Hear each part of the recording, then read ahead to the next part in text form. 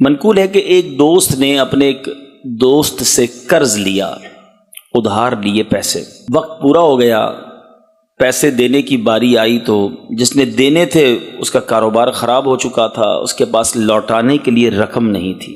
دوست تقاضا کرتا رہا، یہ وقت مانگتا رہا، وقت گزرتا رہا، آخر کار تنگ آ کر جس نے پیسے لینے تھے وہ عدالت چلا گیا۔ جج صاحب قاضی صاحب کو کہا کہ یہ میرا دوست ضرور ہے لیکن میری رقم نہیں دے رہا۔ قاضی صاحب نے بلا کر کہا کہ تم نے اس کے پیسے دینے ہیں؟ کہا دینے ہیں۔ کتنے دینے ہیں؟ کہا 3000 درہم دینے ہیں۔ 3000 درہم جو ہیں وہ کب دو گے؟ کہا ابھی تو کاروبار نہیں ہے، کوئی میرے پاس آمدنی کا ذریعہ بھی نہیں ہے، بالکل کلاش ہو گیا ہوں۔ جج نے کہا دینے تو پڑیں گے نا، 1 مہینے کا وقت ہے، within 30 days پیسے دے دو ورنہ پھر قید میں جانا ہوگا، مقدمے کا فیصلہ سنا دیا جائے گا۔ 30 دن کا وقت مل گیا۔ غریب آدمی تھا، کمائی کا کوئی ذریعہ تھا نہیں، پیسے کدھر سے لوٹاؤں یہ سوچتا ہوا عدالت سے باہر نکلا۔ بزرگان دین فرماتے ہیں کہ ہو سکتا ہے اس شخص نے یہ حدیث سن رکھی ہو کہ نبی پاک علیہ الصلوۃ والسلام فرماتے ہیں جو شخص کسی مشکل میں ہو، پریشانی میں ہو، اس کو چاہیے کہ مجھ پر کثرت سے درود پڑھے کہ درود جو ہے پریشانیوں کو لے جاتا ہے۔ اس عاشق رسول نے روزانہ صبح سے لے کر شام تک درود پڑھنا شروع کر دیے کہ اور تو کوئی ذریعہ ہے نہیں، درود ہی پڑھتا ہوں۔ 27 دن گزر گئے، روزانہ صبح سے شام تک درود پڑھتا رہا۔ آخری ڈیٹ قریب آ رہی تھی، مگر جب رات آئی خواب میں اسے ایک آواز آئی کہ تم گھبراؤ نہیں، تمہارا قرض ادا کر دیا جائے گا، علی بن عیسیٰ وزیر کے پاس جاؤ۔ صبح اٹھنے کے بعد حیران تھا کہ آواز تو آئی ہے مگر کیسے جاؤں علی بن عیسیٰ کے پاس۔ وہ دن بھی درود پاک پڑھنے میں گزر گیا۔ 29ویں رات آ گئی، رات آنکھیں بند ہوئیں، قسمت جاگ گئی۔ کونین کے والی صلی اللہ تعالی علیہ وسلم کی زیارت ہوئی اور آقا علیہ الصلوۃ والسلام نے فرمایا گھبراؤ نہیں، علی بن عیسیٰ وزیر کے پاس جاؤ، وہ تمہارا قرض ادا کر دے گا، اس کو کہو میرا قرض ادا کر دو۔ آنکھ کھلی، بڑا خوش۔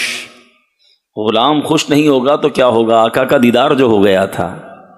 مگر پھر سوچنے لگا کہ میں نبی پاک علیہ الصلوۃ والسلام نے فرما تو دیا ہے، مگر اگر علی بن عیسیٰ وزیر نے کوئی نشانی مانگی، کوئی پروف مانگا تو میں کیا جواب دوں گا؟ پیارے آقا علیہ الصلوۃ والسلام نے خواب میں فرمایا یہ کہہ تو دوں گا اس کو، مگر اگر اس نے کوئی نشانی مانگی کہ بھئی تمہارے پاس کیا دلیل ہے تمہیں نبی پاک نے بھیجا ہے تو میں کیا کروں گا؟ آخری دن وہ بھی درود پڑھتے میں گزرا اور کنفیوژن میں بھی گزرا۔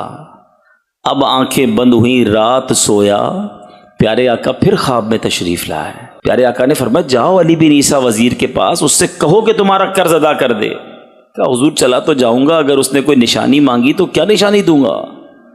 آقا نے فرمایا علی بن عیسیٰ سے کہنا کہ تم روزانہ فجر کے بعد 5000 مرتبہ درود پاک پڑھتے ہو، یہ راز فقط تمہیں پتہ ہے اور رب جانتا ہے، اور جب تک درود پورے نہیں ہوتے تم کسی سے بات نہیں کرتے۔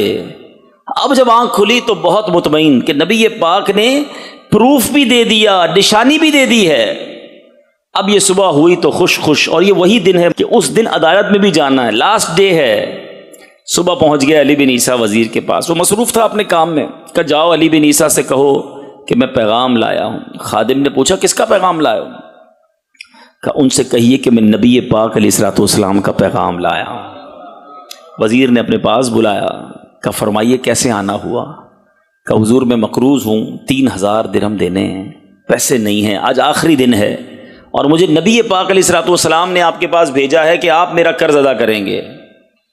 کہا اچھا آپ آئے ہیں، کوئی دلیل ہے آپ کے پاس، کوئی نشانی کہ آپ کو نبی پاک نے بھیجا ہے؟ کہاں خالی ہاتھ نہیں آیا، میں نشانی بھی لے کر آیا ہوں، میں پروف بھی لے کر آیا ہوں۔ آقا علیہ الصلوۃ والسلام نے ہی مجھے بتایا ہے کہ آپ روزانہ نبی پاک صلی اللہ تعالی علیہ وسلم پر 5000 بار درود پڑھتے ہیں، اور یہ راز فقط آپ جانتے ہیں، آپ کا رب جانتا ہے، اور آپ کا یہ بھی معمول ہے کہ جب تک درود پورے نہیں ہوتے آپ کسی سے بات نہیں کرتے۔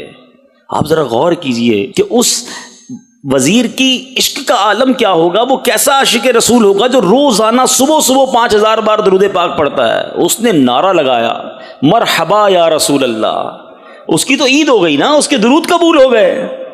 اس نے کہا سبحان اللہ، میرے آقا نے میرے درود قبول کر لیے۔ کہا ابھی بیٹھیں آپ۔ اپنے گھر گیا، اپنے حجرے سے واپس آیا، 3000 نہیں 9000 درہم لے کر آیا۔ کہ حضور 3000 تو نبی پاک نے فرمایا، آقا کا حکم لبیک یا رسول اللہ، یہ لیجئے 3000 آپ اتنی اچھی خبر لے کر میرے گھر آئے ہیں، میرے گھر پہ آپ نے قدم رکھے، یہ اس کا نذرانہ ہے۔ 3000 اور لے جائیے، اس سے کچھ بچوں کے لیے کام کاج شروع کیجئے، اور ایک وعدہ کر جائیے کہ اب زندگی میں جب بھی آپ کو کوئی کام پڑے گا، جب بھی ضرورت ہوگی، آپ میرے پاس آئیں گے، میں آپ کا بھائی ہوں۔ دیوانہ خوش خوش جھومتا ہوا عدالت میں پہنچ گیا۔ Everybody over there expecting, وہاں ہر بندہ سوچ رہا تھا کہ اس نے آ کر یہی کہنا ہے پیسے نہیں ہیں اور گرفتاری دے دینی ہے، کیونکہ خود ہی بتا کر گیا تھا کاروبار نہیں ہے۔ تو وہاں لوگ جمع ضرور تھے، مگر ان کو ایکسپیکٹیشن یہی تھی، توقع یہی تھی کہ بندے نے آ کر کہہ دینا ہے پیسے نہیں ہیں۔ دیوانہ عدالت میں گیا، جاتے ہی جج صاحب کے ہاتھ میں 3000 دینار رکھ دیے اور کہا کہ حضور یہ میرا قرضہ واپس۔ جج نے کہا پہلے یہ بتاؤ لائے کدھر سے ہو؟ تم تو کہتے تھے کاروبار نہیں ہے، تم کہتے پیسے نہیں ہیں، وقت پر پورے پیسے کیسے آ گئے؟ اللہ اکبر! اس عاشق رسول نے گویا زبان حال سے بتا دیا کہ اتنا دیا سرکار نے مجھ کو، اتنی میری اوقات نہیں، یہ تو کرم ہے ان کا، ورنہ مجھ میں تو ایسی بات نہیں۔ سارا واقعہ عدالت میں سنا دیا کہ میں نے کچھ نہیں کیا، میں تو درود پڑھتا رہا۔ آقا خواب میں تشریف لائے، انہوں نے وزیر کا پتہ بتایا، انہوں نے میرا مسئلہ حل کر دیا۔ اللہ اکبر! غور کیجئے میرے بیچ اسلامی بھائیوں، اس زمانے کے لوگ کتنے پیارے تھے۔ جج صاحب، قاضی عدالت کا اپنی سیٹ سے کھڑا ہو گیا، کہتا ٹھہرے میں بھی آتا ہوں۔ اپنے کمرے میں گیا، واپس آیا، اس کے ہاتھ میں بھی 3000 دینار ہیں۔ کہتا ہے سارا ثواب علی بن عیسیٰ لے جائے گا، میں تمہارا قرضہ ادا کرتا ہوں۔ اچھا، جس نے کیس کیا تھا، جو دوست بھی تھا، وہ بھی تو نبی کا غلام تھا صلی اللہ تعالی علیہ وسلم، وہ بھی دیکھ رہا تھا سارا معاملہ۔ کہتا ہے رکو رکو، کاغذ قلم منگوائیے، میں اس بندے کا قرضہ ہی معاف کر دیتا ہوں، میں بھی تو نبی کا غلام ہوں۔ اللہ اکبر! اب اس دیوانے نے کیا کیا، وہ 3000 دینار جج کو واپس دیے۔ جج صاحب قرضہ تو ساڈا معاف ہو گیا، آپ کی رقم واپس لے لیں۔ وہ جج بھی عاشق رسول تک کہتا ہے جو پیسے آقا کے نام پہ نکالے میں نے واپس نہیں لینے ہیں، یہ بھی تم لے جاؤ۔ غور کیجئے، ایک رات پہلے جو بندہ 3000 دینار کا مقروض ہے، اب 12000 دینار لے کر گھر کو جا رہا ہے۔ درود پاک یہ کمال کا وظیفہ ہے۔